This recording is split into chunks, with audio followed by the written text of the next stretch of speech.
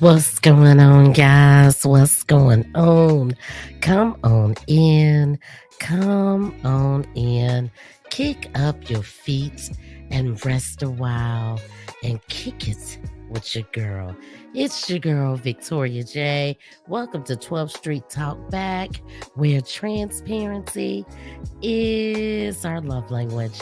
I am your host, Victoria J, kicking it with you on this beautiful, beautiful Saturday afternoon.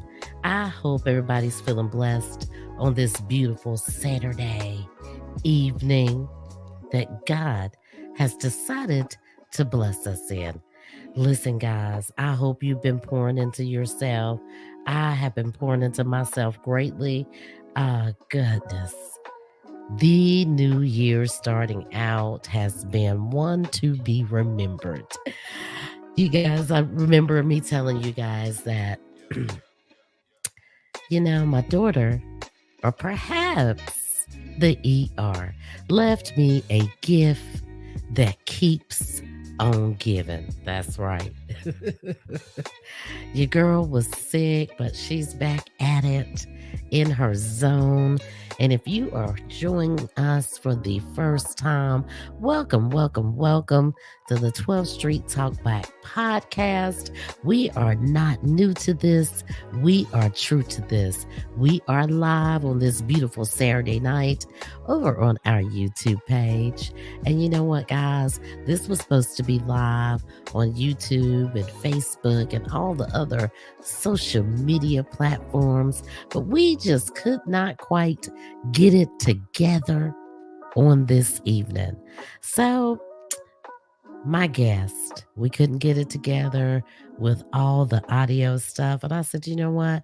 Why waste a night of not recording? So I'm here by myself as usual, because that's what I do. And we're going to get into some things. But like I said, guys, in the beginning of the year, the year has been going um, not particularly well for your girl. I've been in and out the doctor's office. I've been up at night, backache, stuffy nose, runny nose, a cough that just won't quit. I think my husband and I got a touch of that nasty RV. And it is what it is. That respiratory virus that is seemingly to do something to a little bit of everybody. But I tell you what, we're going to keep it moving. We're going to keep it moving. So what I was going to talk about tonight was your friend circle and how your friends should be in your corner, in your circle. Be there for you. And we all have that one. We all have that one friend that we love and we adore and that we're close to the most. We all have those that we associate with, and we can't quite call them friends at that particular moment.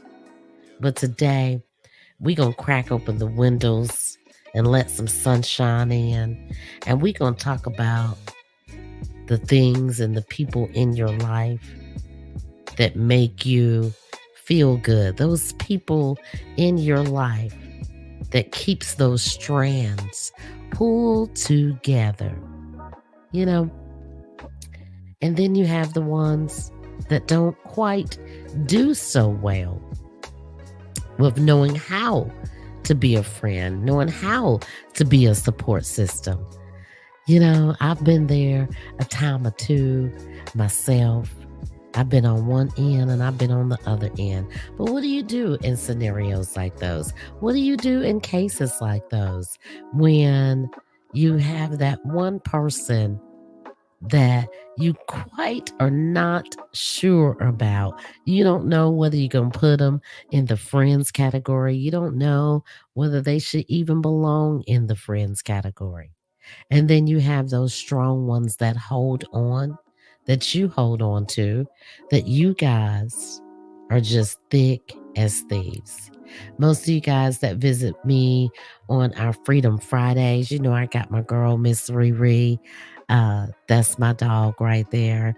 We do everything together. We try to do everything together. We are miles away, but I do know that I can count on her in the time of need. And then I have those ones that's in my toolbox, as you would say. Those are the ones that I can't quite count on for everything. But we as people, we have to learn to put them in categories because we sometimes get put in boxes. I've had a couple experiences where I was on one end of the situation and I thought I should have been on the next. And I found out real quick who my friends were, if I even had any friends in that particular circle. And sometimes we can find ourselves in situations that may not be quite for us. And it doesn't mean to discount that person. But what it means is you got to give them a little bit of time to get to know you. I think we discussed on our last episode about having at least a 30, 60-day, 90-day rule where you just let that person ease in. Because I particularly think after 90 days, a person is going to show you who they are. They're going to show up and they're going to show you who they really are. And you're going to open up a little bit more to them as well. It's a give and take thing from both parties. I can't particularly say that I have a close knit of friends, but I do have those ones that's in my circle, in my immediate family that I'm close to. And I think we all can identify with that. We can all identify with having that person in your family or persons that is a friend as well as a relative. But what about the ones where the blood does not run through your vein? Because, I got my bestie and we don't have the same mother and father, but we are as thick as thieves. And I do consider her my sister. And then I have the other ones in my life where I have put into compartments and I'm still getting to know them. And we're telling each other things on a need to know basis because I think we're all interviewing each other.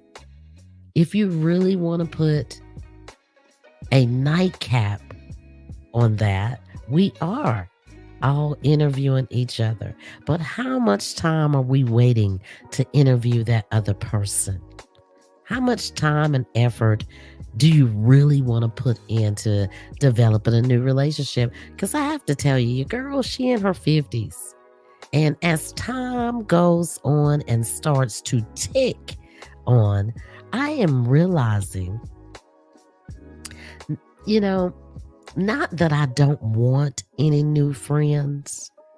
It's just, it takes a lot out of you to start developing new relationships. You got to get to know the other person's habits. They got to get to know your habits. You got to get to know what makes them tick. They got to get to know what makes you tick. And after you get to a certain age, you're not just interested in playing tug of war with anybody anymore. And for those of us that have our spouses, that's enough tug of war within itself. We're still getting to know each other as husband and wife.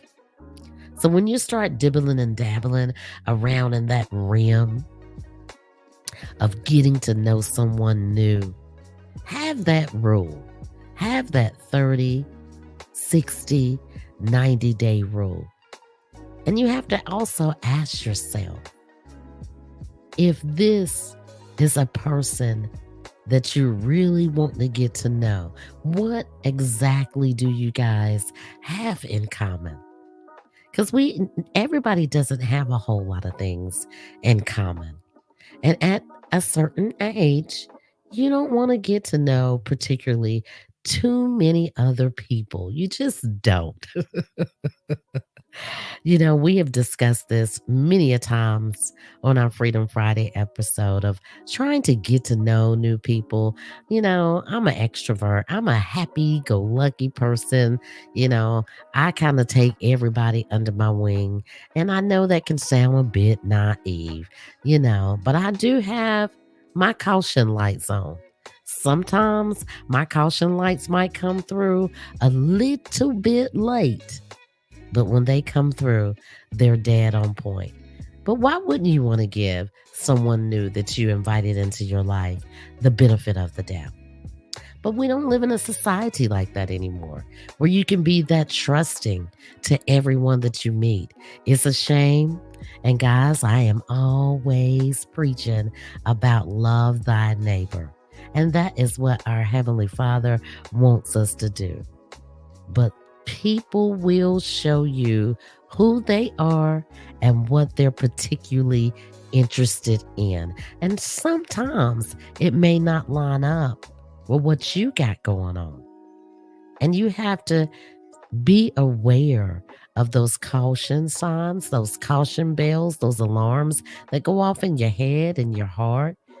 You got to take notice of it. Because if you've been like your girl in the past, I have shoved it to the side and ignored that inner feeling. And I wind up in a whole lot of mess. So, with that being said, when we talk about your friends wanting you to win, it's the people that know you inside and out. Not the newcomers, not the latecomers, not even the old associates, but that one person that's been there for you down like two flat tires. That if you had any secrets, they will take them to their deathbed with them. And those are the people that you want in your corner. You want that cheerleader. You want that person that's going to cheer you on and want the best for you by any means necessary. Now, friendships are a two-way street. With that being said, you can't expect that friend to cheer you on in every area of your life. But if they're supporting you some type of way, let's say, for instance, if you had a business, you may not like particularly what they're selling. However, you may support them by telling a friend that tells a friend that tells a friend.